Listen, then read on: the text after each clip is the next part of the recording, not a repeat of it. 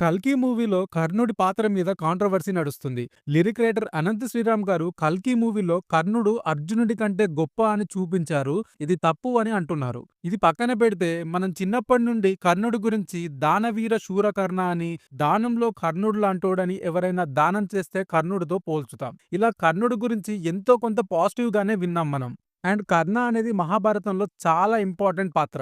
నాగశ్విన్ గారికి ఆ కర్ణ అనే పాత్ర మీద సాఫ్ట్ కార్నర్ ఉందని చాలా ఇంటర్వ్యూస్‌లో చెప్పాడు. ఇఫ్ కర్ణ మళ్ళీ పుడితే ఈ కలియుగంలో అప్పుడు అధర్మం వైపు ఉన్నాడు. ఇప్పుడు ఏం చేస్తాడు అని ఊహించి రాసిందే ఈ క్యారెక్టర్ అని కూడా నాగశ్విన్ చెప్పాడు. అయినా ప్రభాస్ క్యారెక్టర్‌ని 'కల్కి' మూవీలో ఫస్ట్ నుండే నెగెటివ్‌గా అండ్ గ్రీడీగానే చూపించాడు నాగశ్విన్. ఓన్లీ ఆ క్లైమాక్స్‌లో కూడా ఆ ఒక్క షాట్ అలా పడిందంతే. కర్ణ అర్జునుడి కంటే గొప్ప అని ఎక్కడా చూపించినట్టు అనిపించలేదు. ప్రభాస్ ఉండడం వల్ల అలా మనకు అనిపించి ఉండొచ్చు. కృష్ణుడు కర్ణుడిని పొగుడుతూ మనం 'కల్కి' రాకముందే చాలా రిఫరెన్సెస్ అండ్ చాలా సీరియల్స్‌లో వీడియోస్ చూసాం.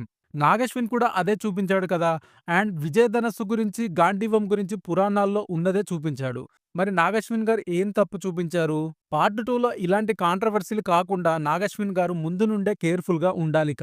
ఈ టాపిక్ గురించి మీరేమనుకుంటున్నారో కామెంట్ చేయండి.